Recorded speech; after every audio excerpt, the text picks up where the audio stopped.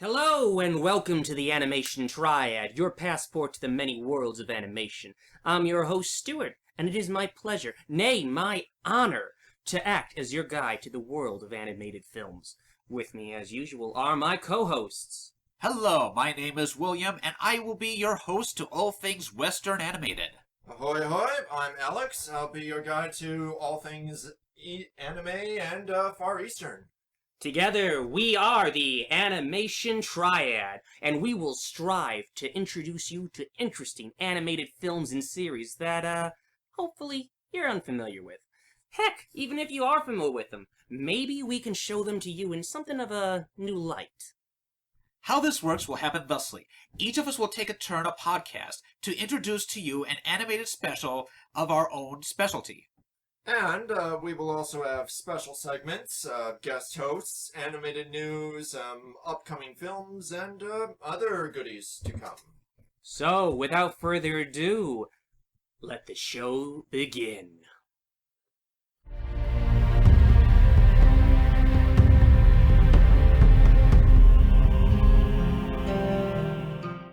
Hello and welcome to yet another episode of Animation Triad. For this week, I am your host, William.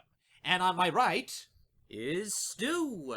Yo. and across from me, Alex, pleasure. and today we are going to be delving into what I really consider to be a cult classic. Would you fellows agree? Oh yeah, definitely. Yeah, it's as a guy who never had basic cable as a kid and only caught snippets of this show, I was just like, Same here. yeah, I was like, man, this looks really cool. What is it? Mm-hmm. So, if you're a child of the 90s, such as we, Mm-hmm. you clearly watched the Disney Channel with its usual classics, DuckTales, Darkwing Duck. They had a real duck thing going on for a while. Oh Yeah, yeah. they had Yeah. a lot of tie-ins with a lot of their other, Second Renaissance Yeah. animation Well, they movies, also had Aladdin. the Aladdin Yeah. series. Yeah. Later, they had the Hercules series. Yeah, Hercules. which itself had a crossover episode. Yeah, Yeah. they did actually. Yeah. But for today, we're going to be looking at one of their most underrated but highly appreciated series. Mhm. Ladies and gentlemen, come with me on a tale of defenders on velvet wings. Gargoyles. Ooh. And they're not spooky, scary gargoyles. No, kind no, of This as- radio, no. As no. dictated in the opening narration for season 2, they are defenders of the night. Uh-huh. So So they're like Batman, but they kind of took the whole. Oh, there's a lot yeah. of. You can do a lot of comparisons between this and Batman the Animated Series. Oh, yeah. except with much less angst. Eh, Kind of. Debatable kind of. at times. Well, I mean, for the majority of the cast, there isn't that much angst, but for No. the main lead, Goliath, there's some angst there. just a wee bit. So, Yeah, let's just be glad it didn't come out in modern day. Otherwise, that angst factor probably would have been turned up quite a bit. Just Oof. a bit. So, it first aired in October 24th of 1994, Mm-hmm. and the season 2 ended May 15th, 1996. Mhm. Now, here's a fun fact I'm pretty sure most of you don't know. Mhm. It was originally developed as a comedy, where the gargoyles were originally tricksters pranking humans. Really? This was meant to be a comedy. Okay, so there's a segment in the Freakazoid series. Yes. Yes. Where they parody gargoyles. Oh. And they are called the Law Gnomes. And they themselves are tricksters. Okay. So I wonder if they actually knew that when they were doing that. Coincidence? Mm. I think not. Well, parody, I just find that amusing because the parody of the, current show actually, staying true to what the original Original intent of the concept show was. was. Yeah. I mean, that's just like, wow. It's a little meta right there. Yeah. But unfortunately, well, maybe not so much. Mhm. The concept was shot down rather quickly. So the creator, Greg Weisman, I'm probably butchering his last name. Sorry, Greg. He went to seek advice from Disney TV producer Tad Stones, who then suggested a more dramatic premise. Mm. And the next premise that he came up with was that there would be a gargoyle guarding a lone castle, modern day. Yeah. And he would go off and have adventures, and the castle would then be relocated to Mhm. modern day New York, Huh. Yeah. which happens in the series. Mm-hmm. But let's get into the series proper, shall we? Yes, Of course. Yeah, let's. Let me talk about the number of episodes. There, Mhm. okay, ladies and gentlemen, you may have heard that there's a third season of the show. Let me just set the record straight. It's non-canon. It does not count. Shut up about it. And that's according to the creator himself. Yeah, And it comes from the heart, really. Mm-hmm. Yeah. So, seasons 1 and 2. Season 1 has 13 episodes. Mm-hmm. A pretty standard format for Yeah, Well, Buffy the Vampire Slayer only had like what 12 to 11 episodes for the first season. yeah, and the current Star Wars cartoon, Star Wars Rebels, season 1 also had 13 episodes. Yeah, I that think was it's just the basic number. Yeah, that yeah, you- basic- it's the test bed to Mhm. really see if a potentially long running and marketable series will be able to draw in the audience. I feel, and then Right. from there they are free to slap it on lunch boxes and Yeah, yeah. market Everything it and else. Yeah, market it. toys. Oh, the toys. Oh, the toys. Buy all our playsets and toys. I actually looked up some of those play sets for this series because currently sitting on our table with us is a little figure I bought for my wife ages ago. And we'll reveal the character later. Indeed, and they're watching us. Oh, yeah. Uh-huh. But I think I saw a play set for the castle. It had Yeah. Goliath and Xanatos. Yeah. And I think Lexington came with it or something, or they were shown on the box. Yeah, at least. yeah. And it was the castle, had some like ramparts and stuff, and Yeah. like a big like cannon on top. Yeah. That was going for a couple $100, Okay. give or take. I mean, Yeah. in box. Oh, okay. In Oh box. yeah, so, yeah. Okay, yeah. Probably still had the shrink wrap on it too. No, it didn't actually. Oh, Not so, factory sealed? I don't think it was factory sealed. Okay. It sold. Oh, well, so there you go. So yeah, there's collectors out there for it, Yeah. and I know that the comics, because there were comics as well. Yeah, Mhm. Marvel originally ran a comic line for Gargoyles, Mm-hmm. but that is also now considered non-canon. But after a while, Mhm. like after the series ended, the comic rights were then picked up by a comic company called Slave Labor Graphics, Mm-hmm. which then produced a couple of comic series. Mhm. One which followed the main Gargoyle clan, Mhm. the other two which were spin-offs that Hmm. Greg Weisman originally planned for the TV series, which I'll get into later. Okay. Huh. Well, speaking of those comics, they're actually apparently fetching quite the price nowadays. How much? Ugh, I think saw one. I think it might have been 50, 60 something. Oh, For, Which is for for like, a comic from the 90s, 90s? yeah, Yeah, that's that's actually pretty good. impressive. Considering that it's far and away from any like Superman or Avengers #1. Yeah. it's just one of those odd little things that Yeah. like if you Mhm. saw, I'd be like, hey, that's kind of cool to Yeah. have. Yeah, Yeah. I gotta say, the entire premise of the show, it felt like, they were trying to really push the boundaries with what they could, let show. me God, continue yes. on. Yeah, So season 1 has 13 episodes. Uh-huh. Season 2 Mm-hmm. has 52 Mm-hmm. episodes. Ow. Yeah. Yeah, Ow. that is 4 times as much as season 1.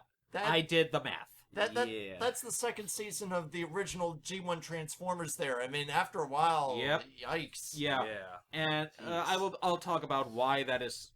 Oof. Yeah. That's quite a mouthful to It's a talk lot about. to get through. So, Yeah. this series had 3 animation studios working on it. Mm-hmm. Yeah. They are Tama Productions, Animal Ya, and Walt Disney Animation Japan, which Mhm. closed its doors in June 2004. Huh. Mm-hmm. And okay, so before I talk about the episodes, let's talk about the cast, shall we? definitely. I think we have to talk about the main man behind Right. Goliath Oh. first. Oh, yes. man. The man, Oh, the myth, oh, the legend, the voice. Oh God. So here are the main characters. Mm-hmm. You have, and they're they're all most of them are gargoyles. Mm-hmm. Let's talk about the Manhattan clan, as they are known. Mm-hmm. Goliath, Hudson, Mm-hmm. Brooklyn, Broadway, Mm-hmm. Lexington, and then eventually in season 2, Mhm. Angela. What about Brox? Or Bronx. Okay, Bronx. he counts. He doesn't.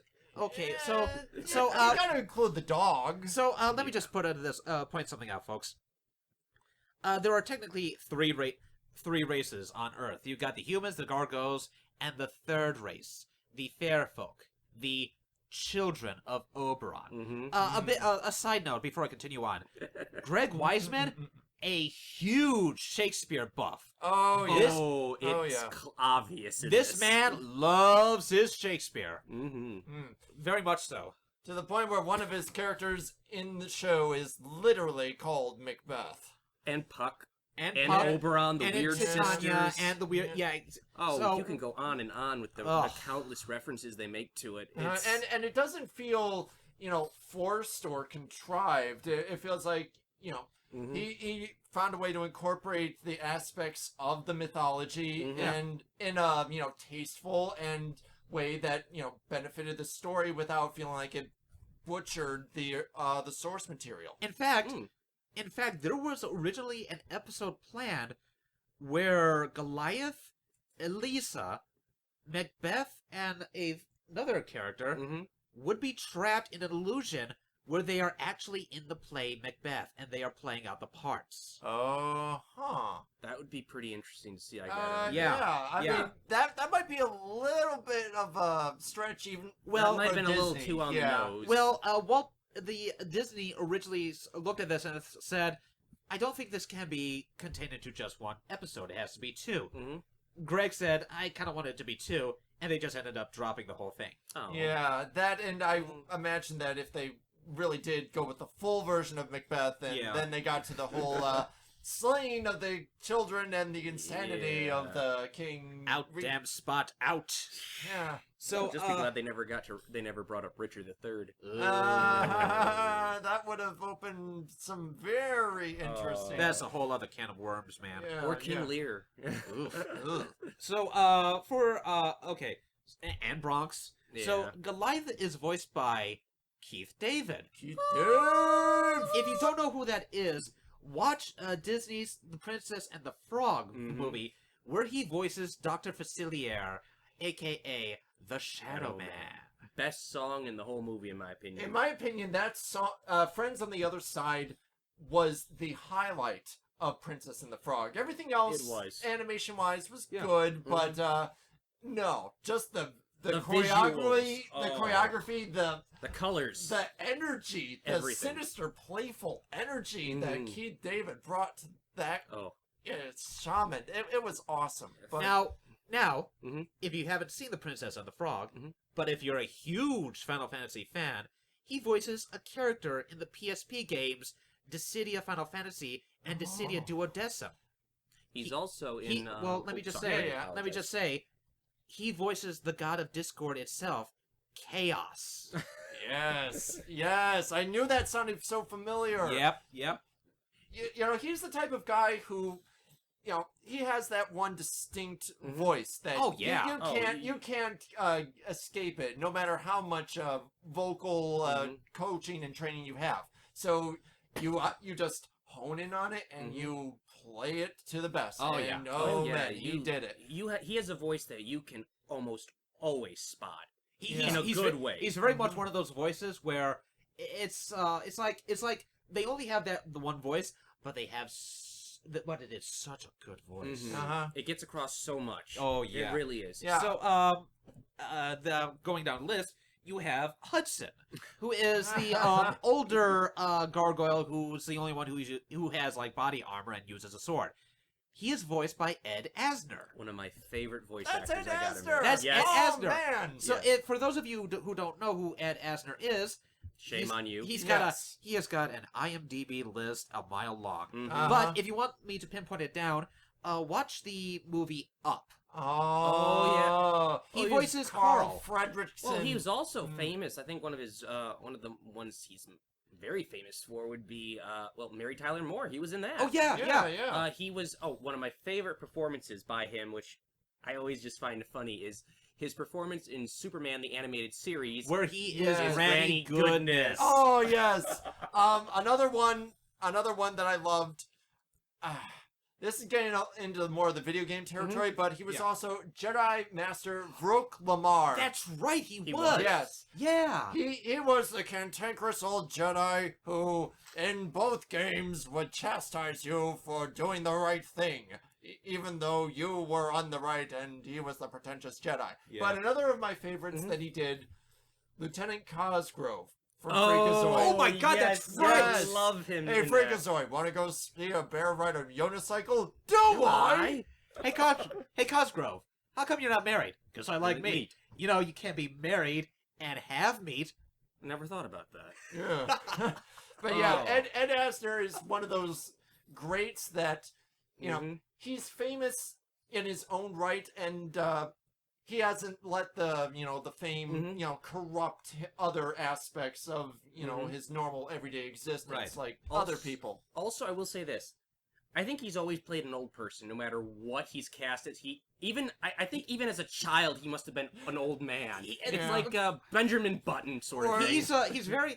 You can always count on him to be like a crotchety fellow. Maybe not an crotchety old fellow, but just crotchety. Oh, yeah. So, continuing on. For Brooklyn, the gargoyle who teens all like because he's cool and hip, he is voiced by Jeff Glenn Bennett, who also has an IMDb list a mile long, but for voiceover roles. So, in Young Justice, which is another series that Greg Weisman worked on, he voices Red Tornado. Oh. Yeah, that's And it. Brooklyn being the red gargoyle that is all about, daredevil tricks and whatnot, huh? Yeah. So, Broadway is voiced by, I'm gonna butcher this name, Bill Fagerbake? Fagerbake. Fagerbake? We're gonna go with that. We're Sure, gonna why go not? with that. For those of you who don't know, he is Patrick Starr in SpongeBob SquarePants. Oh my God, you're right. He is. Oh my. Which is ironic because both of them Oh. are kind of on the chubby side, and Broadway isn't exactly as mentally challenged as Patrick is, but he's not exactly book smart either. No, he isn't. Yeah, but no. The messed up thing is. Yeah. My wife was making jokes about that. She Oh. says it sounds just like him, and she was. I'm like, I'm not sure it is. It is. I'm like, oh It my is. God. It is. So for Lexington, we have Tom Adcox, who will also be used again in Young Justice as Clarion the Witch Boy. So Did he play him in Batman the Animated Series, or was that somebody else? that was somebody else. 'Cause, Okay. Tom Adcox has a very distinct voice. Okay, Mhm. it's been a while since I've seen For that. another so- Greg Weisman project, The Spectacular Spider-Man, he was Oh. the Tinkerer. Huh. You know, I never saw that series. Well, guess what? I will be talking about that sometime later. All right. And for Angela, we have Brigitte Bacco.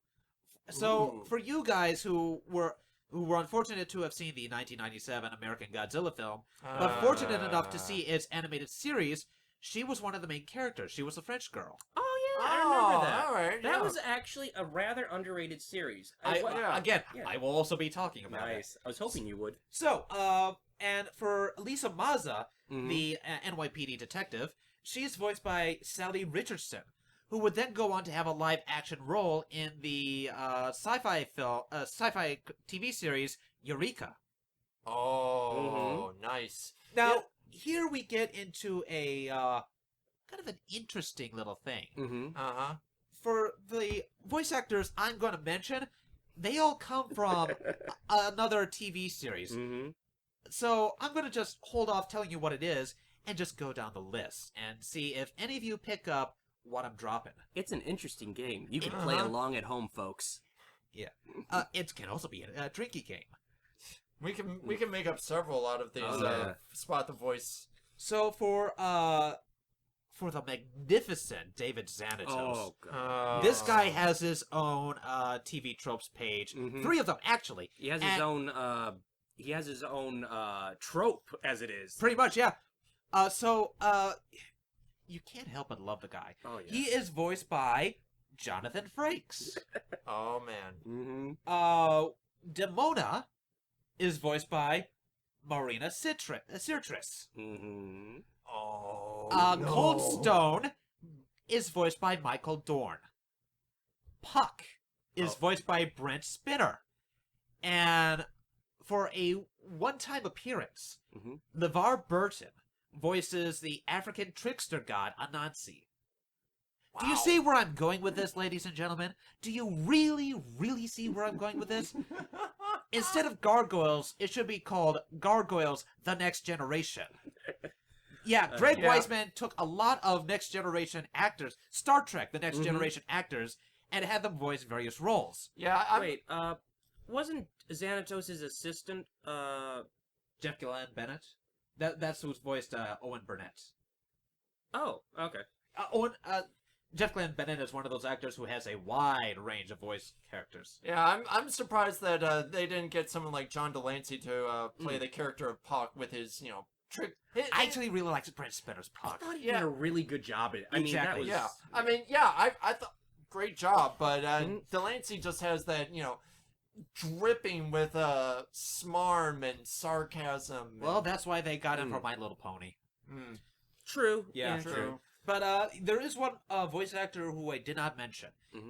Macbeth is voiced by John Rhys Davies, who, if you do not know, played Gimli in the Lord of the Rings trilogy. I knew it. What? I knew that voice was familiar. Oh, man! I knew it. Oh, man!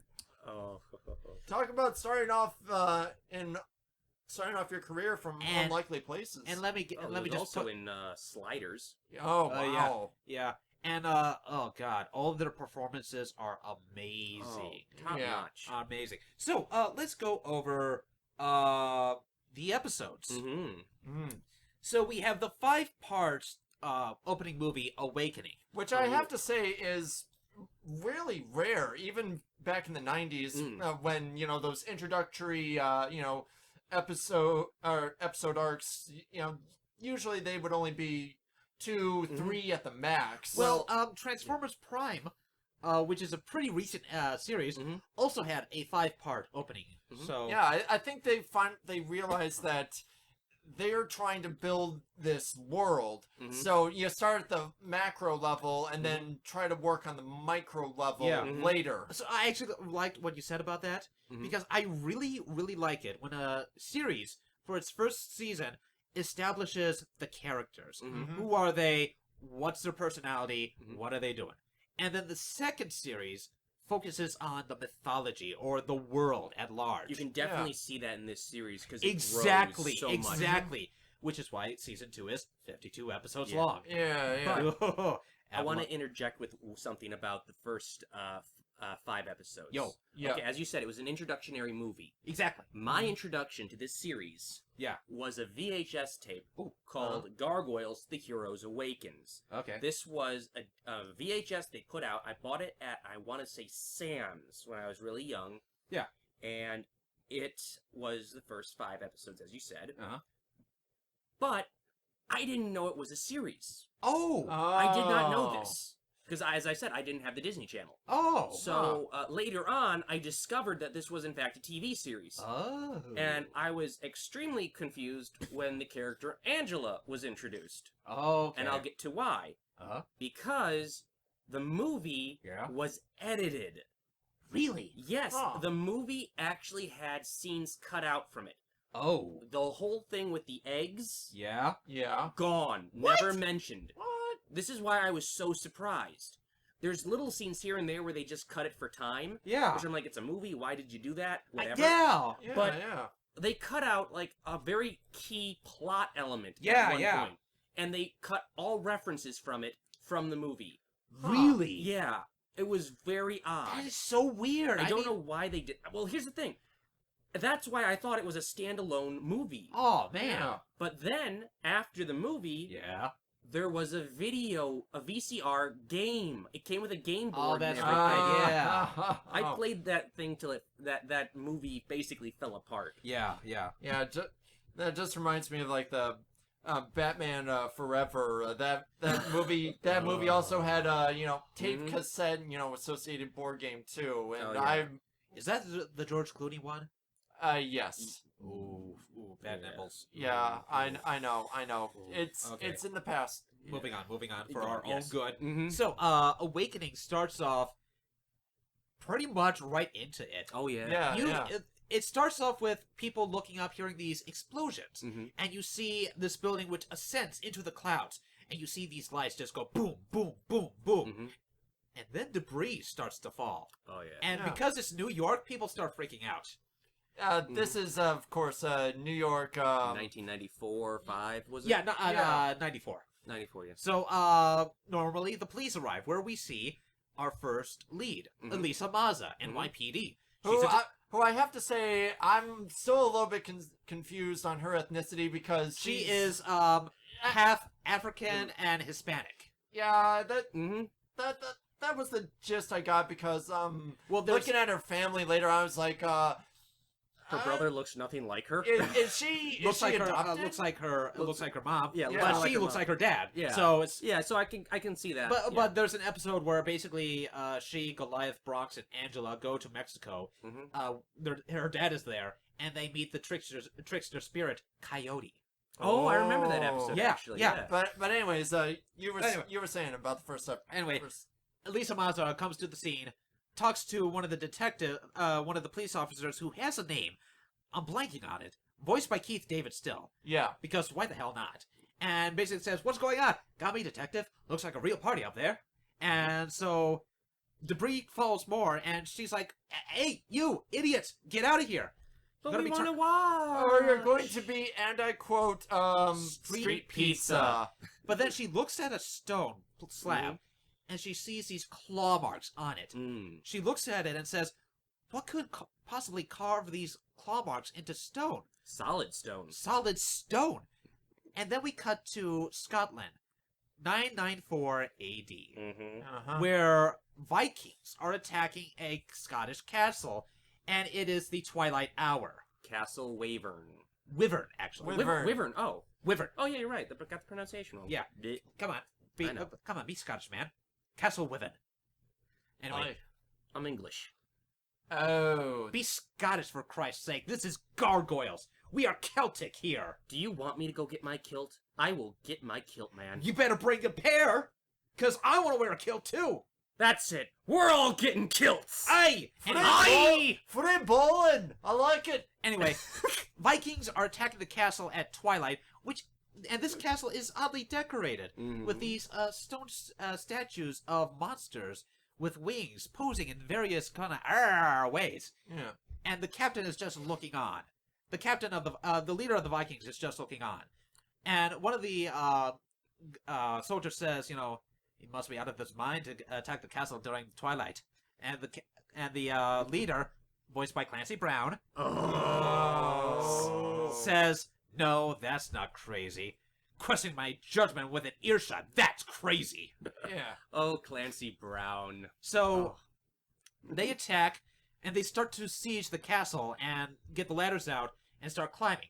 The captain of the guard says, "Keep firing. We only have to wait until the sun sets." And then the sun does set. And the captain of the guard gets close to one particular gargoyle. The sun sets. The moon rises. And the stones shatter. And the stones slowly starts to shatter, yeah. Cracks start to form over their entire bodies. And suddenly, from the stone comes loose, in a burst of stone, these creatures. Big, strong, powerful. And pants wetting scary. No kidding. The Gargo, the Viking captain, later known as Hakon, was near, picks Hakon up, and says, in that Keith David voice, "You are trespassing." So one of the interesting things that happens next, Hakon raises his sword to strike, and the gargoyle Goliath catches the sword. But we soon see that the sword has indeed drawn blood. Yeah. This is a series that is actually not afraid to show blood. On Disney, no The less. fact that they got away with showing blood, and particularly one episode. I which will was- get to that. Yeah. We will linger on that episode because I want to talk about that episode. Yeah. So the gargoyles come to life.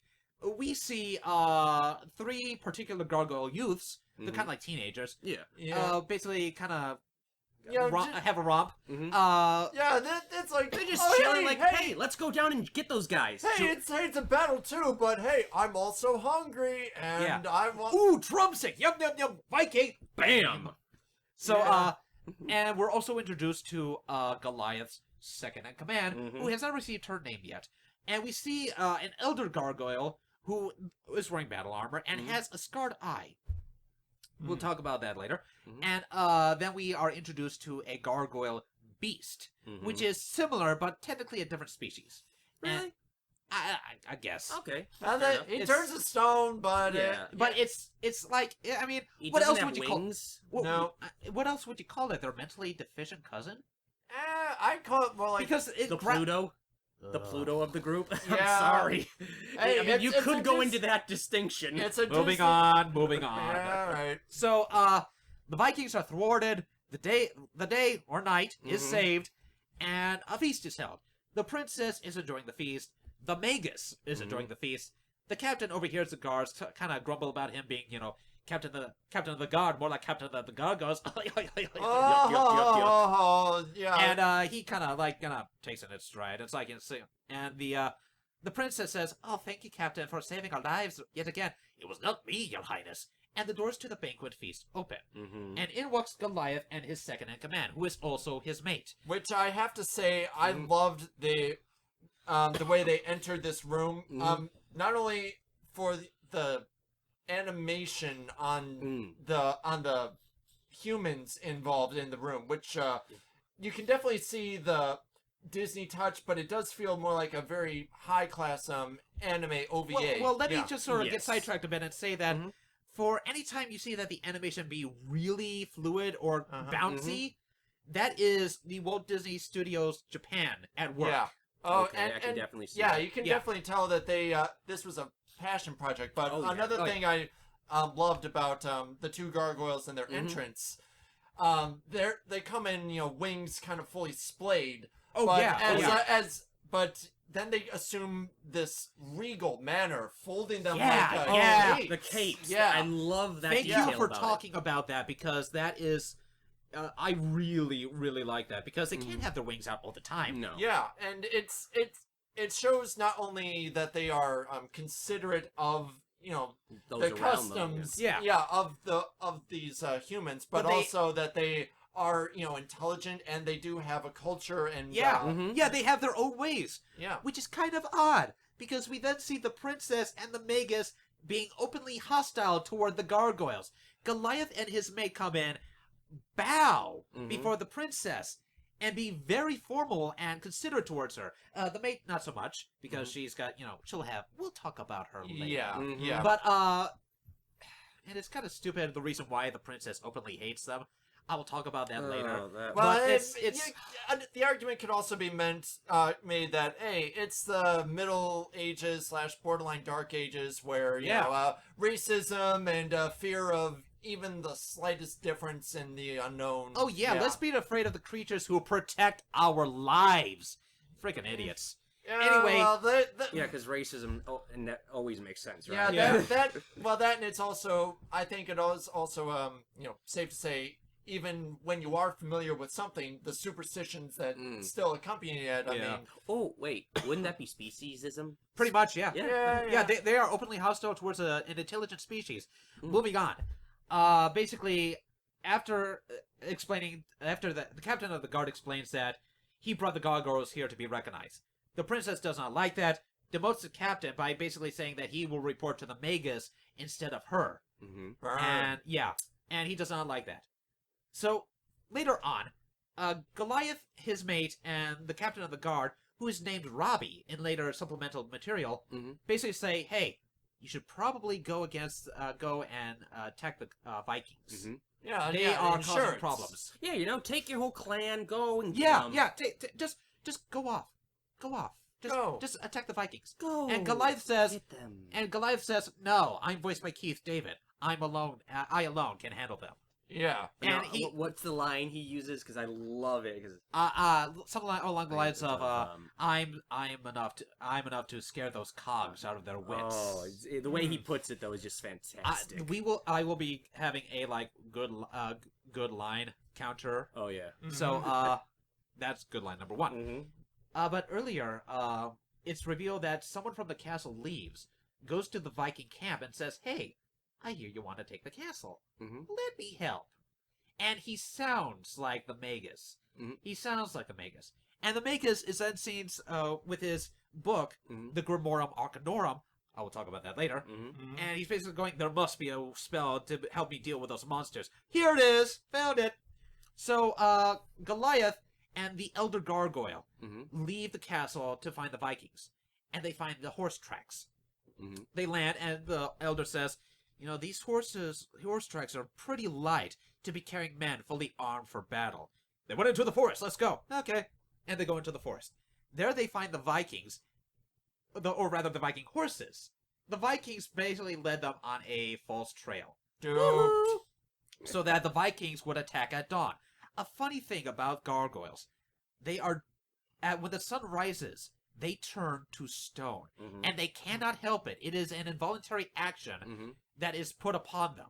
But the benefit of that is they heal from almost any wound. Exactly. It is called a stone sleep, where they can heal from most anything. And it's later revealed that they absorb energy during that state. I'll talk about that later. That may not be the case. I'll talk about... It was a hypothesis. Oh, it was a hypothesis. It was a hypothesis. They have some sort of photosynthesis going on. Who knows? Anyway, then the Vikings attack the castle. They take the castle, and it's revealed that Robbie, the captain of the guard, fed up with the princess's speciesism, I guess? Yeah, or just specious tendencies, has betrayed them. So, and his reasoning is that the gargoyles can live here in peace and have the castle. The humans have been pushing them around long enough. Hakon has different ideas. He sees that the sun is setting and decides to get to work. He pulls out a mace and proceeds to destroy the gargoyles. Now I forgot to mention, before the day came, the 3 gargoyle youths I talked about were playing with the gargoyle beast by throwing around meat, and a little boy walks up to them and says, "I'm Tom. What's your name?" "Oh, we don't have any names." "Well, how can you know who is who? We look different." "But what do you call each other?" Friends. What do you call each other? Friend. And it's in this moment where it's kind of revealed that it's not just the princess who has problem with the gargoyles. The boy's mother comes up to him and says, "Get away from the beasts," and throws a stick at the one who will be named Brooklyn. Demona comes in, or the mate comes in and says, "Hey, what the hell?" And Brooklyn and Lexington basically said, "No, if they want to see us in beasts, then maybe we should be beasts." And starts line number 2. Yeah. And starts to kind of approach them in a beastly manner. Oh, their eyes go white. Yeah. Another feature of the gargoyles is that their eyes can glow when they are in it, like extreme emotions, I would say, like say hatred or like just trying to be intimidating. Don't know how it works. Yeah, but it always felt like they were doing in the heat of the the battle. Interesting side note. Yeah. After watching the series, yeah, I noticed one thing. What's that? All the male gargoyles, their eyes go white. The females go red. Exactly. What's this? Are we adding a little bit of sexism too? I mean, seeing red, mad woman. We'll talk about that later. We'll talk about that later. So, maybe. but Goliath sees this and decides he is having none of that shit. He does not want any problem between the two races. And it's at this time that Broadway, who was just really having a snack, comes up like saying, "Hey guys, what's going on?" "Oh shit." And Goliath says, "You 3, into the rookery, now! I will deal with you later. And take him as well." And he points to Bronx, and Bronx is like, "Oh." Yeah. I should mention that, sometimes they will use, like, generic animal noise for Bronx. Other times they'll use Frank Welker to make animal noises. Because, really, is there anything Frank Welker can't do? Or hasn't? Very good point. Yeah. I think he voiced almost all the animals and things in, like, Avatar. No, that was D. Bradley Baker. Oh, shoot, that was Deep Rat. Oh. Yeah. Oh, that reminds me, I have to bring something up. Yep. Our last episode, I made a little bit of factual error. Oh, What? no. Whoa. I know, I apologize. I said that Chuck Jones Yeah. was the guy who did Red Hot Riding Hood. Yeah. I was mistaken. Uh-oh. It was, in fact, Tex Avery who Okay. did Okay. that particular. Hand over your series. animation nerd card. Oh, You're no, on please, suspension. no. Come on, cuff it up, cuff it up. Anyway, the four of them get sent to the Rookery, which is where they have the gargoyle eggs. Mm-hmm. And it's there that they stay, so they are spared by the Viking attack, conveniently. Because nobody looked Yeah. there, apparently. So, Goliath and the Elder come in and see the castle. It's aflame. It's in ruins. Mm-hmm. And their clan has been shattered. Literally. Literally shattered. Goliath goes over to a pile and picks it up in his hands. He is in emotional pain because he thinks his angel of the night has been destroyed.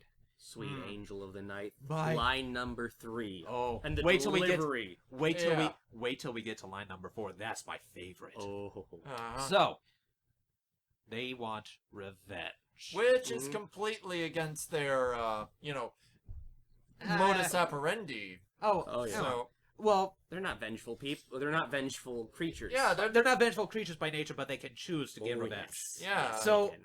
They fly off to find the Vikings. Mm-hmm. At the Viking camp, the captain, Hakon and the captain of the guard are basically saying, the Magus is worth more alive than dead. Barely. True, but I'm sure your uncle, the king, will fetch a pretty price for your head. And Magus basically says, ooh, if I had my spells, why, I would. What? You mean this book? Magic spells. Makes me glad I can't read. Rips one of the pages out and sets it aflame. Then the gargoyles come, Mm-hmm. and you hear a distant roar.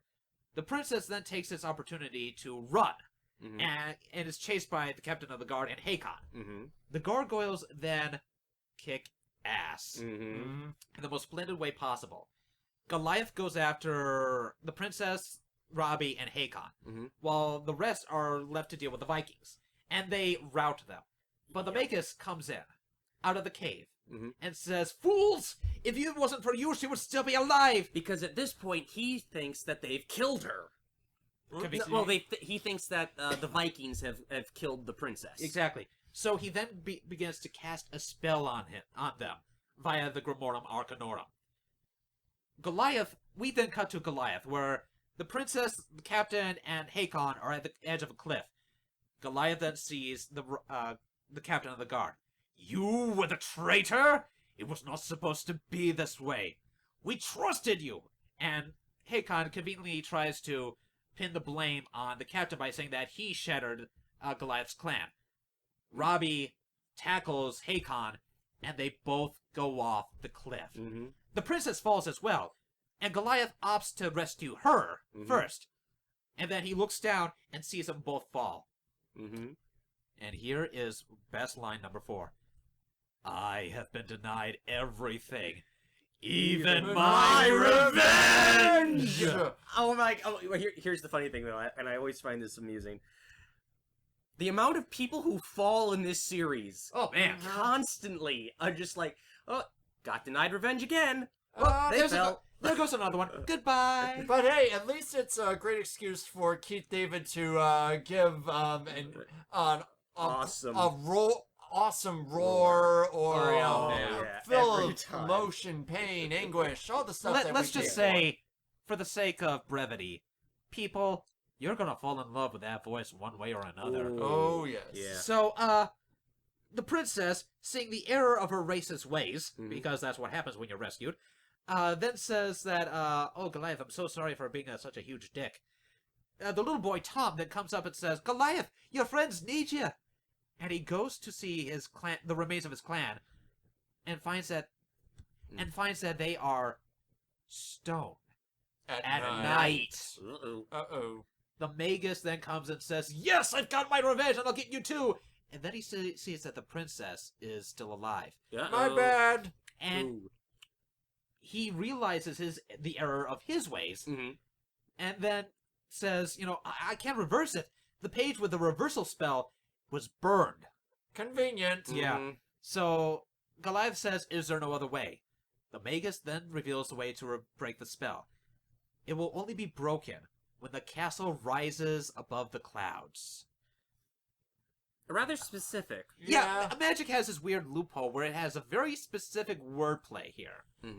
Very, very convenient, that. Well, I think it was probably a nice built-in security for, temporal and, arcane powers that could potentially break the very fabric of reality. It's nice to have at least one fail-safe in case you gotta it got have into some the wrong loopholes. hands. I mean, come on. So, Goliath then takes his clan, puts them back on Castle Wyvern ramparts. He then tells the Magus and the princess to do two things. The eggs in the rookery need to be protected. Please take care of them. And one more thing. Magus, cast your spell one more time. And Goliath is on the top rampart, in the thinker position, waiting until the day when he and his clan can awaken once again. 1,000 years later... Cut to 1,000 years later. We see a fellow in a snazzy coat and awesome ponytail walk around the castle, basically viewing it. He then goes up to see Goliath and says, magnificent. Owen, make the call. I assure you, sir, that this purchase will be astronomical. Well, you know the old saying, Owen. Pay a man well enough, and he'll walk barefoot into hell. Line 5. Line 5. Yeah, when I saw watched that recently, I was like, wow, in a Disney show. This was probably even Saturday morning, Yeah, it was. Late morning, early afternoon. It's like, the stuff they got away with. Wait, some of this stuff even Batman couldn't get away with. Well, Batman got away with it with one thing by saying, "Oh my God," during Heart of Ice. Yeah. But basically, we then have a montage of Castle Wyvern being dismantled, boxed, and then shipped to Manhattan, where it is then placed on a building called the Erie Building, or Erie Building, whatever. Yeah. So, and this is a pretty tall building. It really. Skyscraper, literally. Incredibly so. So, the man known as Xanatos, David Xanatos, because you need an allusion to Thanatos, and you also need a David to the Goliath. Yeah. Yeah. Also, I just want to point out one thing. Later on, they say that one of his summer homes or something is called Xanadu. Yeah. Oh, that's right. So anyway, night falls. And Xanatos looks at Goliath's statue. Better not fail to impress me. Night falls, and the stones crack. Xanatos is completely surprised by this. The rain starts to fall, and Goliath awakens once again, and the rest of his clan do as well. Oh, and this is one of the best parts of the anime. Yes. In terms of animation, this is fantastic. Oh, yes. Because you just slowly see the cracks forming, and then it's like the camera circles around. You see each of them popping out of the stone and it really is great. It's fantastic. My one issue with it is it kind of becomes like lightsabers in the prequel Star Wars trilogy, where you see it so many times throughout the series that it kind of starts to lose its magic. You know. Here's the thing: they kind of play on that by then basically having them just stretch and yawn because they technically they just woke up. And then they'll go off and have breakfast, but that's another time. Goliath then reunites with the other five. And he basically says, we're awake. We're alive. How many of us? Blessed ancestors. But then they see the land around them. And it is not Scotland. It's Manhattan. And they are just taken aback by what they see. Oh, man. Then Xanatos comes in and introduces himself and then relays what happens. It's been 1,000 years. I basically learned about you from this book I got in my collection, the Grimorum Arcanorum. But then he hears something. Helicopter. Huh? I'm not expecting anybody. He then goes out and sees an attack chopper with like a special forces squad attacking him. He tries to fend it off, but they are just too well armed. And this show is not shy about using guns. Oh, no. Oh, no. We'll get to that later. But I'd just like to point out that the Special Forces operative team that they have, I gotta say, they looked like some... You could definitely tell this was an early 90s cartoon. God, Because, we're talking they are 90s. Yeah, you would not see any credible commando unit in armed equipment that brightly that way. colored and with, very little head production. So, Xanatos tries to fend off the Special Forces, and the Gargoyles are like, what's going on? What's happening? Who cares? They're attacking the castle! We must defend it! Yeah. And they go off, and they have a heck of a time repelling the forces, because they're basically not Vikings. They're using guns, they're using grenades, they're basically breaking their falls by rolling, and basically using known martial arts. Yeah. And the Gargoyles are just, they're able to fend them off by using their own skills. Flying around, climbing up, scaling the skyscraper. Gliding. I'm sorry. Gliding. We'll get to that later.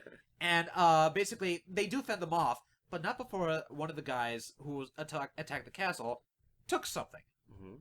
So they go off, and this is basically where we left off at the beginning. We then see Elisa Mazza's little scene come in, and excuse me, she basically goes up and to try to find out what's going on, because hey, there was a commotion. Police must do their job. David Xanatos then entertains her, as you will, and tries to kind of push her off. But then her, being the New York cop she is, she decides, nope, gets off and basically snoops around. Don't need a warrant for that. Not at all. Just, Trespassing? What's that? I was technically invited in. Yeah. And she runs into the Gargoyle Beast. She then runs into Goliath. She then backs up into the rampart wall. And She then falls. Goliath gives chase after her, catches her, and nails on a chalkboard, scratching the side of the building. Ooh. Yeah. I don't like that sound. Yeah, I would just like to say you're going to see that throughout the series, and if you thought Batman's, hook shot impacting onto walls all across Gotham City was going to be nightmare for the ordnance and, building he's inspectors. keeping hard-working masons employed. Exactly. Well, in that case, Goliath and his Gargoyle clan are making the Masons of New York absolutely rich because they demolish anything that they have to climb up. It's like the Punisher in funeral homes. He has to have stock in those. I swear to God, he must. has to. How do you think he hoards his guns? Anyway, Goliath is then introduced, rather awkwardly, to Lisa Mazza. And on the side of a building, a couple of feet above the ground. And the way the animation and the animation direction chose to go with this, it made, and maybe this might also be the fact that Keith David's buttery smooth, deep baritone / bass voice is just so seductive. But you almost immediately get the sense of, yeah, these two are gonna end up a couple at some point in the show. It's not really all that noticeable. But as time goes on, it becomes much more. I mean, there's one episode where she is dressed as Belle on Halloween. That's something I want to get to because we'll talk about that. Okay. But we gotta kind of power through this first. Okay. So, Let's speed it up then. They are introduced, and Elisa wants to go back up top because, hey, can't be seen on the ground. You cause a scene. So she's like, fly me up there. I can't fly. I can only glide on currents of wind and air. And there isn't enough currents in this location. There's not enough updraft. Yeah. So what does he plan? He has her on his back, and he climbs up the wall. And you gotta think, that's gotta take like 30 minutes. Yeah. Give or take. Yeah. And there's also, wind and, rains from Goliath condensation and all that. Goliath is probably easily able to do it, but Elisa is having to hold on with her puny human muscles. Yeah. For 30 minutes. Yeah. So basically, for the sake of, not scarring little children, they make it to the top. She is then introduced to the rest of the Gargoyles, and they note that because of the time, she's got to leave. So, because they are going to turn to stone. But Goliath will meet with Elisa next night on that building over there, yeah, just that one, building. you know, yeah, whatever. that one. right across the way. Mhm. So, but before they go to sleep, Owen has something for Goliath to. Xanatos has something for Goliath. Xanatos then notes that something was stolen from him. A computer floppy disk. Oh, yes. Yeah, this is back in the Floppy era. disk. This is back in the era where they used floppies. Back when the floppy diskette could have Save the the information to either save or destroy everything. What was the max capacity of a floppy disk again? A couple kilobytes, I think. Yeah, so that's like a Word document or something. Yeah, I just pretty much. I remember having one of those specifically assigned to me. You know, back in elementary school. I remember. Yeah, when it was just okay, kids, we're gonna get you computer literate. Here's your floppy disk. Don't slide the metal part; it could potentially erase all the data. Yeah. And of course, because we were all kids and had a little bit of attention, probably were like, "Hey, something shiny that goes back and forth." So, after Goliath gets the news, Xanatos then opens a secret compartment, and we see a silhouette of a character there. And Xanatos says, "Don't worry, he'll pull through." Come next night, Goliath meets Elisa on the opposite building before the other three go off to kind of explore the world. The Elder decides to kind of stay behind after he meets with Elisa as well, because he doesn't want to, have there be an ambush. Keep in mind, after their recent interaction with humans, which was, for them, 20 seconds ago, but was, 1,000 years ago, they're a little on edge. Yeah, you know. and now they're having to deal with, metal dragons on wheels and all this other stuff, just culture shock, if you will. So, after a funny thing where the Elder tries to watch TV, Goliath and Elisa take a walk through Central Park, and they basically talk about, what the city's about. But then they are attacked by the same special forces. Still looking like, like bad 90s commandos. Yeah, pretty much. So, Rob Liefeld-inspired commandos, pretty basically. Much. But instead of shooting him with conventional bullets, they hit him with a trink. Goliath is thus impaired in the fight. They get away, but not before the sun rises.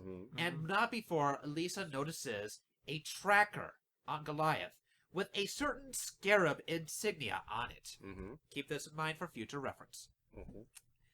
So, after a really cool scene where Elisa manages to outdo the special forces, which I found a little bit odd because it's New York. Even early in the morning, even in a restaurant, there's going to be, sizable, amount of people hustling and bustling. And again, this is at Central Park, so it's a rather big area, I suppose. But here's something. Remember I told you parts were cut out of the movie? Oh, was this a cutout?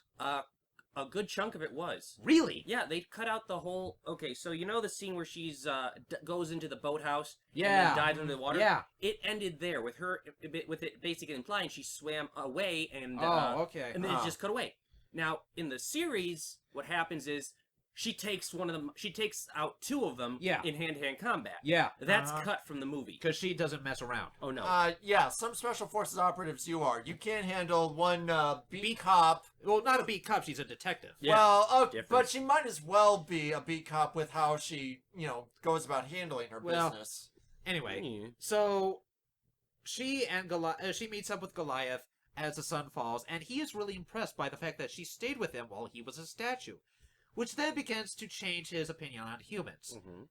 The others get back, and they find out that the Elder has chosen a name, because he was kind of, bemused by how everyone else... by how the humans kind of named everything. He's like, does the sky need a name? Does the river? That was the Hudson. Fine, then, lass. Then I shall be called the Hudson. So the three Gargoyle youths then decide to choose their name: Brooklyn, Broadway for the fat one, and Lexington for the small one. And Brooklyn has a good name for the Gargoyle beast, Bronx. I'm kind of wishing that they had other stuff like Queens. That might have worked if they... Again, we're in Manhattan. Yeah. So, they then Goliath then decides that, yes, we'll help David Xanatos. But not before he meets someone. his mate from long ago, is Angel of the Night. They are reunited, and she says that I think we should help David Xanatos. And he's all, I agree. So they have to hit 3 locations. A tech building, a Marvel-styled helicarrier, and an underground base. 3 cyber optics own property. Goliath and Demona go for the helicarrier. Brooklyn, Broadway, and Lexington go for the computer building, and Hudson and Bronx go for the underground lab. Which I have to say is almost kind of a ripoff from the first Christopher Reeve Superman movie with Lex Luthor having his secret criminal base in this subactive subway system. You know what? That actually, I didn't think of that. In all honesty, it's been years since I've seen the original. Superman movie. But I was just like, you'd think that the New York City Power Commission would notice this massive draw in energy being diverted to just this one area. I'm pretty sure that the company Cyberbiotics basically talked with them and said, look, we're going to be supplying our own power supply there. Don't worry, it's not going to be too much of a drain on the grid. Also, I want to point out something, because you were saying about the reference to, like, say, Lex Luthor's base. Yeah. Well, the Hela lab from Batman Arkham Knight looks almost reminds me a lot of I haven't played Arkham Knight. Yeah. Well, there's I don't have a PS4, people. Donate to help me buy a PS4. Yeah, but another we'll talk about it later. Yeah. Well, it also kind of reminded me as like a more high-tech version of those police security blimps slash airships from Batman the Animated Series. But like I said, this is very Shield helicarrier-esque. Yeah. So they basically get the discs. They wreck but house. Goliath notices a change in Demona. She has become hard and cold because she basically was about to kill a human, and then she basically disabled the helicarrier so that it crashed. More on that later. They delivered the disc to Xanatos, but not before Lisa notices 2 gargoyles flying away from the helicarrier crash, Goliath and his mate. She then meets Goliath, and Goliath says, like, look, I'm going to be my friend. What? Who? Who's your friend? We don't have friends. We don't have any friends. We don't need the humans. What are you talking about? And the only human we can trust is Xanatos. Yeah. And even then, we can't trust him as far as we can throw him. So it's like, so she obviously is like very suspicious. And when Goliath leaves, Xanatos says, well, it's such a shame. I was hoping to get more out of them. Kind of revealing his true colors at this time. And the mate comes in and says, look, it's time for you to use your new project right now. Goliath meets Elisa, and Elisa says that, no, nothing was stolen from David Xanatos. Nothing was stolen at all. I checked. You stole... His property was stolen from Cyberbiotics, property that belonged to them.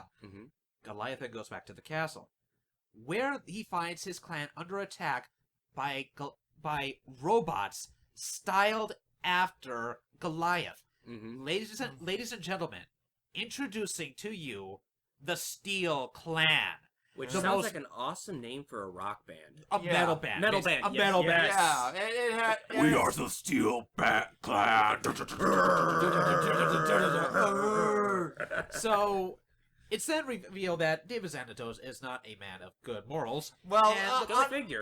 Honestly, anyone that had a beard and mustache designed the way he had it, where the middle part wasn't even fully formed. Hey, you leave that awesome facial hair alone. That facial hair is its own character. Okay. I think that like giveaway was pay a man enough he'll walk barefoot to hell. I think that should have been like an indicator right there. Yeah. Oh well, leaving that aside. It's then revealed that Goliath's mate and Xanatos are not really good people. They then attack the gargoyles, and here his mate reveals something new. I have a name too, Goliath. The humans gave it to me long ago. You should know it before you die.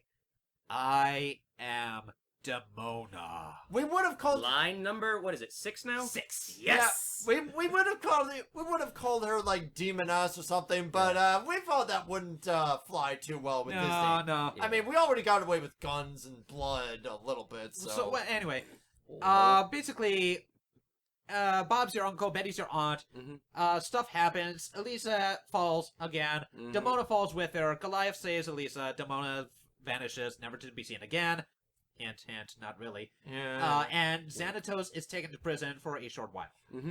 Which I have to admit is surprise. This is another example of cartoon / animation logic where the rich bad guy is immediately thrown in prison when in reality, nah, that's at least 6 months to a year of tying up the courts with legal rigmarole. And anyway, but he does stay in prison throughout a good chunk of the episodes. Up until Enter Macbeth. Yes, and that was episode 9. So yeah. he spends 3. We have after the Awakening, Part 5. We have the Thrill of the Hunt, Temptation, and Deadly Force. Okay. Yeah, but So wasn't that's he, like a couple of weeks. He was in prison for what, 6 months? Is that what they said? Because I know they specifically 6 mentioned months, the time. I would say so. Anyway, yeah, basically, then Goliath says, hey, Elisa, I'm glad I have you for a human friend. And Elisa says, no problem. In fact, I think that you're the first good thing to happen to the city. Hey, if you want, maybe we can watch a Giantscape. Giants! And then he turns to stone. yeah. And The Awakening Part 5. I feel like this was one of the strongest, multi-part openings for any, series to draw off on because it not only hits the appropriate character beats to, get you invested, but it also action scenes are amazing. Yeah, Yeah, I mean, a lot of people say, sometimes you got to get the, you've got to build the world pretty fast. Otherwise, people will start to lose interest. I feel like that's not so much. You just introduce enough big scale stuff and then start to fill in the holes gradually. Yeah. Well, that's, as I said, you can easily see why I thought this was a standalone movie. Yeah. Because you cut out the part about the eggs. Yeah. And you literally have a movie which could easily stand on its own. Now, we have, after that, we have 2 episodes, The Thrill of the Hunt, which introduces the pack. Yes. Now, let me just... hang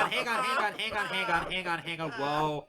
Let me just blitzkrieg through these 2 episodes. All right. Because there's one episode I really want to talk about, and I really want to have a serious talk about I understand that, but we got to focus on the pack, but because, mean, they're like rejects. Well, hang on a sec. We're already over an hour. Let me just talk through this. Okay. I'll let you The Thrill of the Hunt. Basically, the moral of the story is don't believe what you see on TV.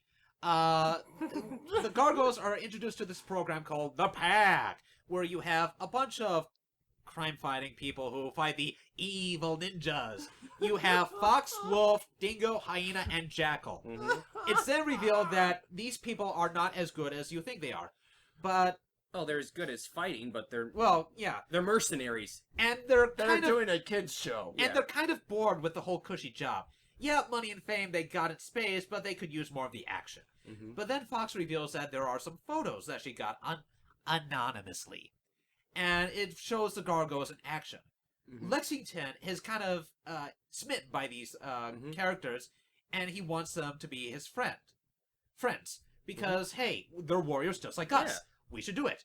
Turns out he's wrong. He and Goliath gets caught in a trap.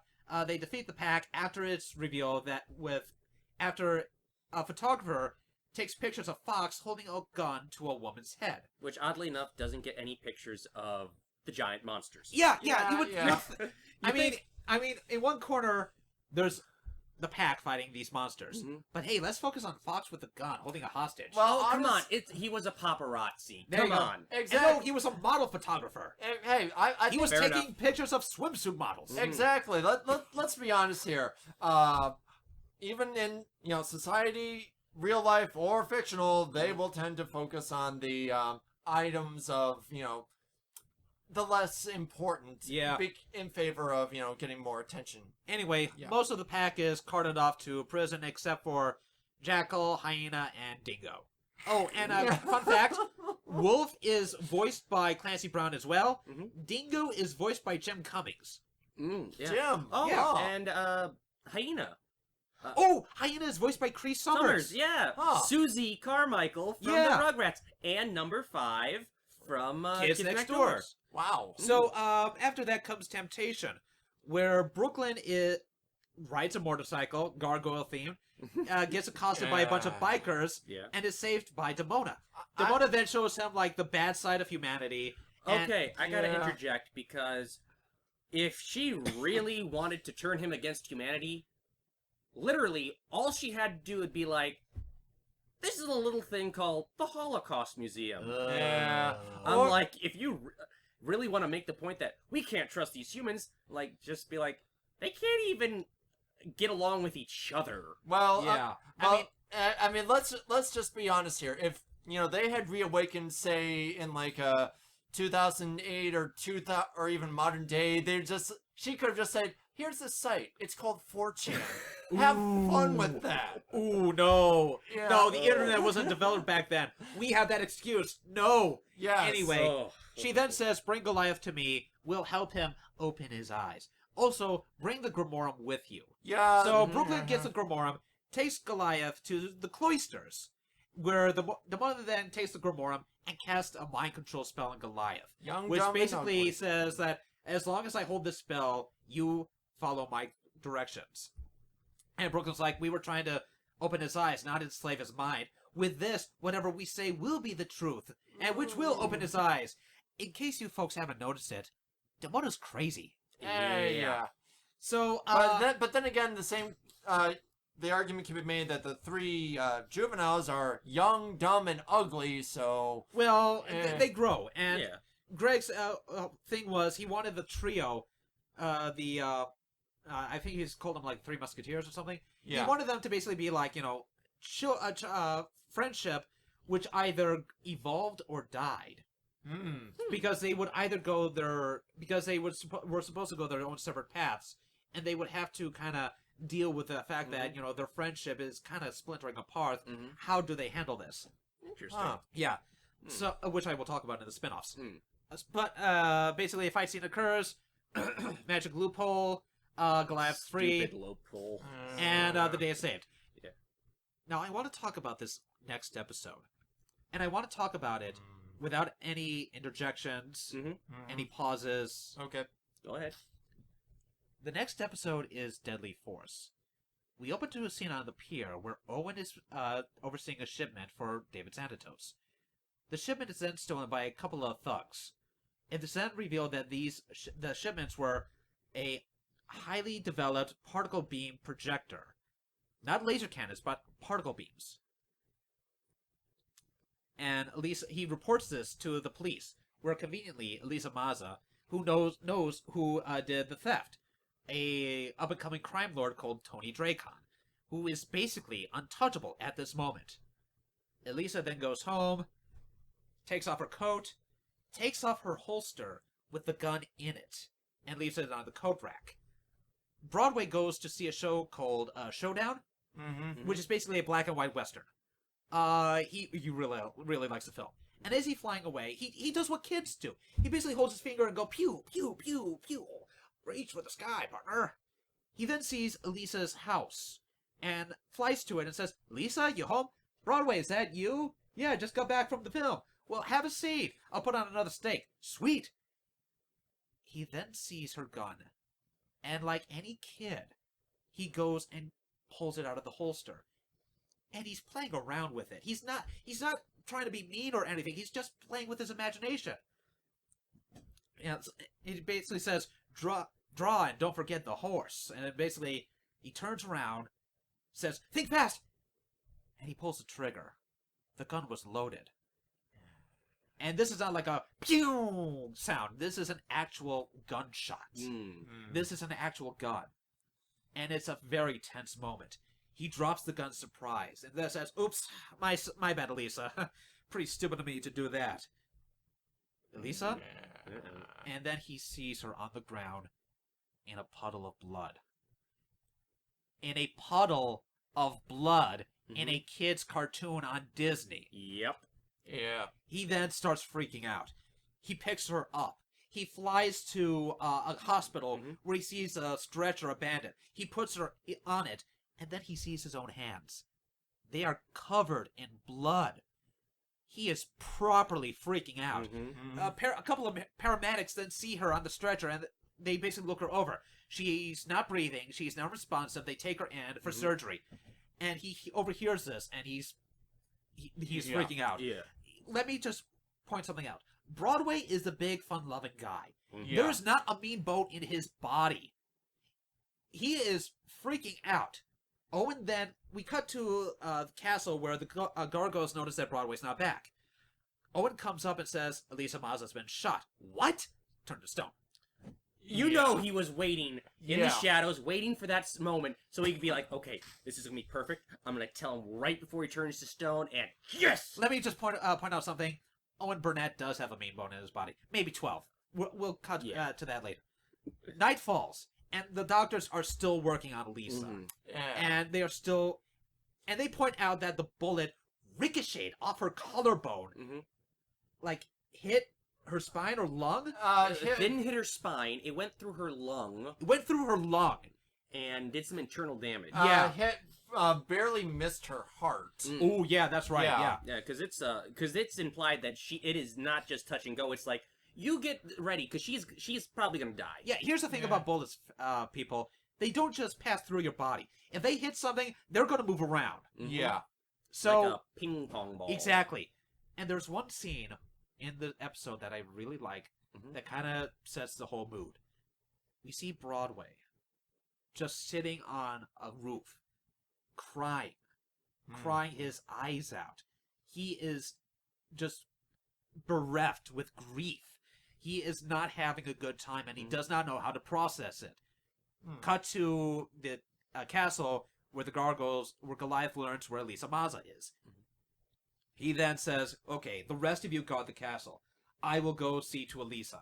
He then goes to the hospital, and he sees her family there, and they basically say, what happened? Give us to a straight talk. What happened? The doctor explains, okay, we got through the tough part, the surgery. Right now, it's still touch and go. And the chief director comes in, police chief comes in, and says, look, she was following up a lead on Tony Dracon. Maybe he did it. We don't have any substantial proof. We may have fingerprints on the gun, but they were smudged. Doesn't seem human. So Goliath then hears this and decides, okay, time for some actual payback. Or to quote Archer, Rampage! Cut to Central Park, where a mugger has one of these stolen guns from the shipment that was sold to him. Which I have to, I'm sorry to interject, I have to wonder, you're selling these probably highly classified, extremely, powerful particle projection pistols. And you mug somebody. To random muggers. Yeah. I'm sorry, you should be trying to, break into like The White House or something. maybe, or... Fifth Central Bank? Yeah, Exactly. I'm just like, I mean, okay. you're just holding up old men in Central Park. Yeah. Hey, aim low. Aim low and then build. Yeah. Yeah. Anyway, the mugger is trying to get money, and here comes in Broadway. Angry. Ooh. Pissed off. Mm-hmm. He sees the weapon and says, what's this? A new weapon to kill people? A new weapon to murder? He then destroys the gun. And from here on out, every time Broadway holds a gun, he destroys it. Mm-hmm. Yeah. This is called character development. Very much so. Anyway, Goliath and Broadway meet up. And Goliath says, What are you doing? Ah, never mind. I'm glad you're here. Listen, the man who shot Elisa is in here. What? Oh, that's right, you don't know. Elisa's been shot, and her culprit is in here. Uh-huh. And, then a firefight occurs where basically the Gargoyles continue to kick ass, and Goliath is about to kill Tony Dracon. Yeah, straight up. Just Straight up. Yeah. Straight up kill him. But Broadway says, no, it wasn't him. It was me. I was playing with her gun, and it went off, and it was an accident. And Goliath then sees a shipment, and in comes the buyer. It's Owen. He says Mr. Xanatos would want his property any way possible. Goliath then says, understood. Let me take care of it. Takes one of the particle rifles and destroys the shipment. Then places the broken particle rifle on Tony Dracon as evidence to take the fall. So afterwards, they go to the hospital where Elisa is alive and conscious. Because he can't barely kill him. conscious. Yeah, because Well, he can't. she's very worn out. Yeah. And they talk, and Elisa basically, and Broadway says, "I'm so sorry, Elisa. I shouldn't have been playing with it." And Lisa's like, "I shouldn't have left it where it was. I should have been more careful with it. Mm-hmm. We both made mistakes. Let's promise not to do them again." And that's how the episode ends. Yeah. Mhm. And here's my, just my spiel. I'll try to Mhm. make it quick. Okay. I usually don't like it when, the kids' cartoons try to Mhm. get these hyper preachy about the dangers of, guns Drugs and or whatnot. guns and Yeah, stuff.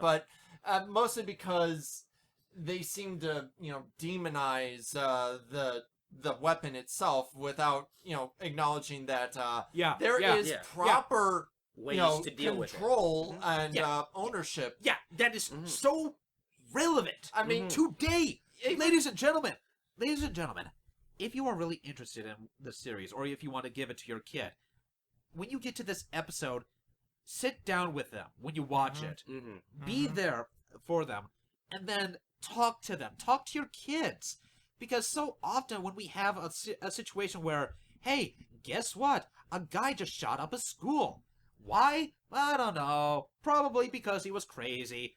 Talk to your kids and basically say, look, you gotta respect life, but you also have to respect the weapon itself. Yeah. This is not a toy.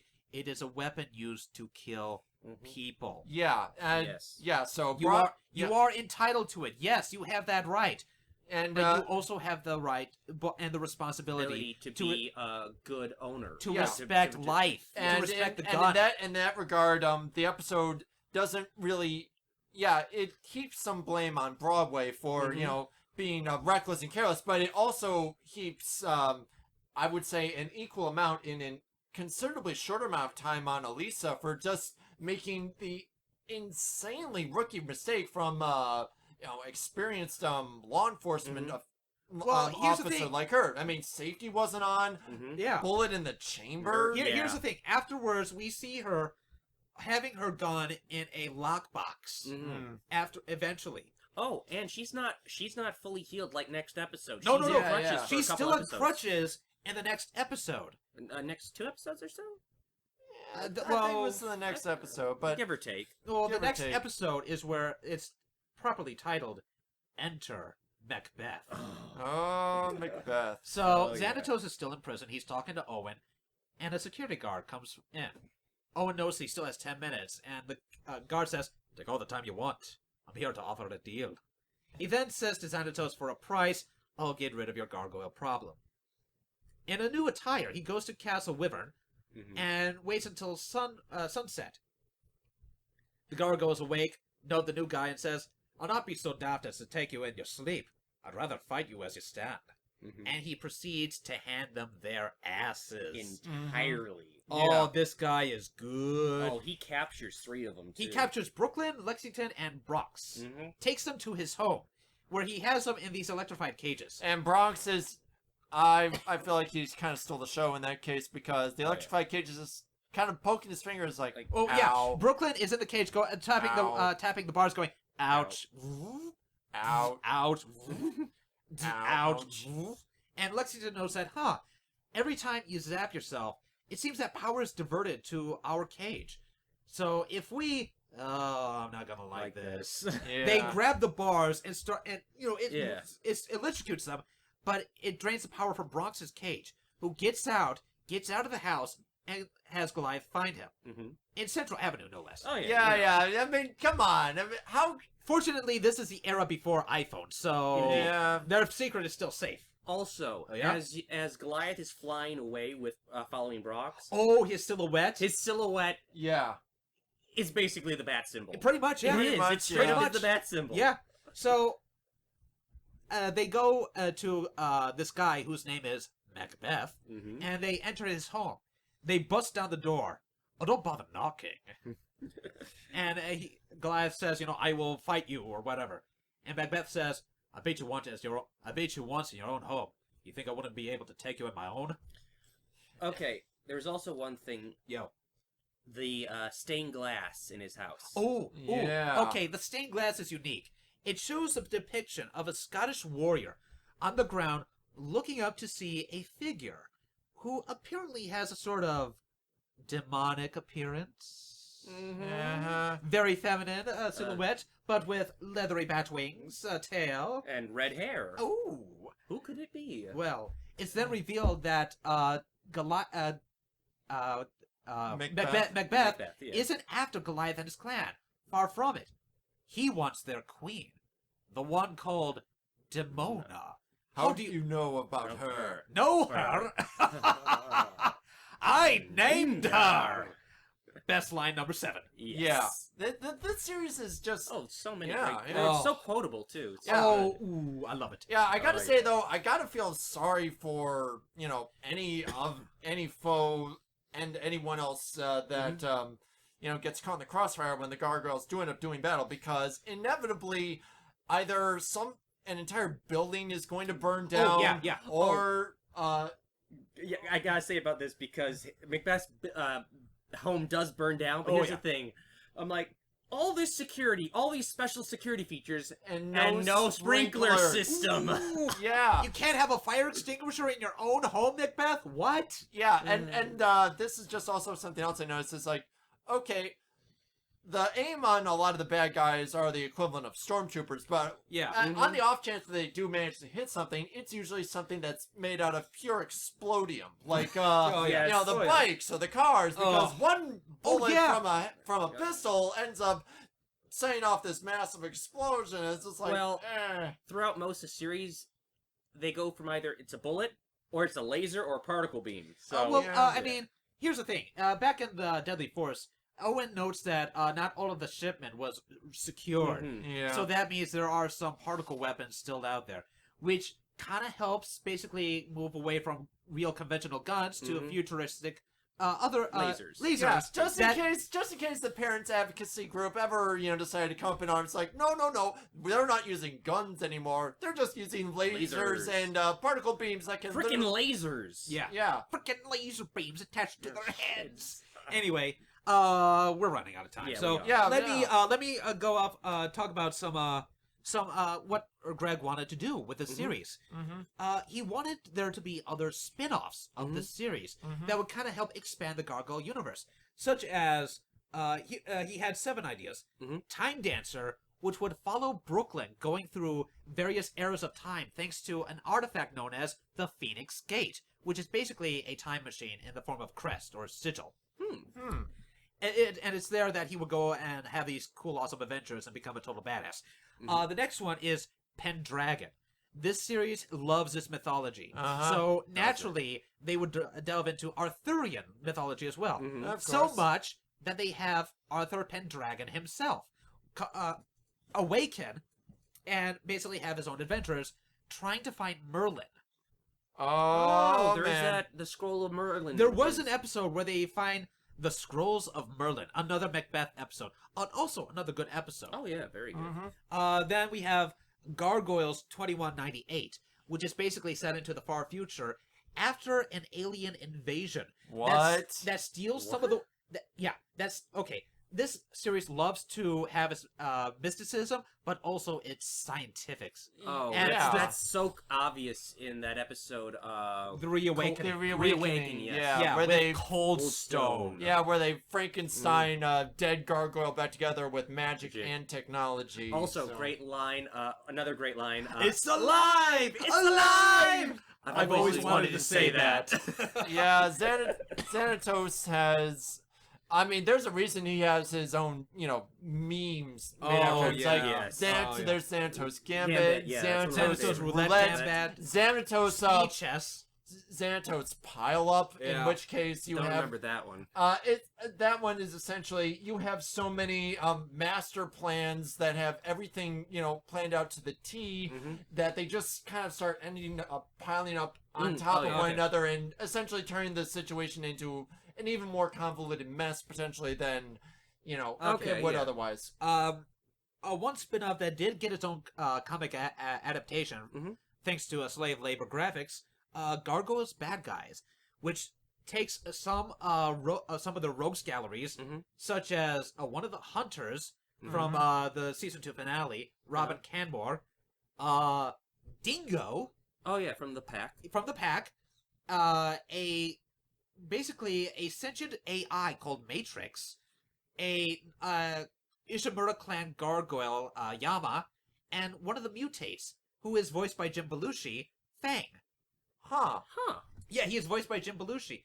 In the first episode, he's voiced by Jonathan Frakes. But then, subsequent reappearances, he's got that Jim Belushi delivery and that voice. Come on! Yeah. Wow. Oh, yeah. That's a change up, isn't it? Oh, yeah. I have to say, with the way the series was trying to branch out, it was like Disney was trying to combine the best of Ninja Turtles with Batman the Animated Series. Yeah, Definitely. that's actually But a but- good way to... Yeah, compare but it. unfortunately, by that time, Ninja Turtles and Warner Brothers with Batman had already pretty much cornered and monopolized market on that market. entirely, So yeah. I think that's why, unfortunately, the series, as much love and effort that it had go into it, didn't really. Yeah. Although I could definitely see a reboot, or just a Well, reimagining. So Well, down here's the the line. thing. The fans really kept it going because they had conventions. They had these audio things. Oh, yeah. Where Well, they had, let me just continue with the spin-offs, and I'll talk about Okay. The Gathering. Mhm. Then another spin-off is called The New Olympians. Elisa, Goliath, Bronx, and Angela find this a very Greek-styled island called New Olympus, where they basically have Greek mythology monsters as citizens who, in a very reverse way, hate humans. Huh. So Annalisa is the minority. Heroes of Ulster. In one episode, The they Ulster cycle. they meet the reincarnation of Cuchulainn. Oh. And we're Bronx- getting really Scottish now. Yeah. And Bronx is the reincarnation of the Hound of Ulster. And they fight the Banshee. Huh. Awesome. And the Awesome. last one is called Gargoyles: The Dark Ages, which would Oh, basically boy. take place before the Viking attack in Scotland. Ooh. Huh. Yeah. So Would that deal more with the Archmage? yeah, I would believe so. I would assume so. Interesting. Anyway, basically, every now and then, Greg Weisman would have this kind of fan gathering called, well, The Gathering. Yeah. And they had these basically audio plays of various Greg Weisman's works. Mhm. There's one where it's basically Gargoyles cross the Spectacular Spider-Man, then Gargoyles cross the Spectacular Spider-Man cross Young Justice, Huh. where those characters would meet and interact with each other. Mhm. Very much a bridging of the genres, I would say. So, that, and we're not talking about third season because fuck it.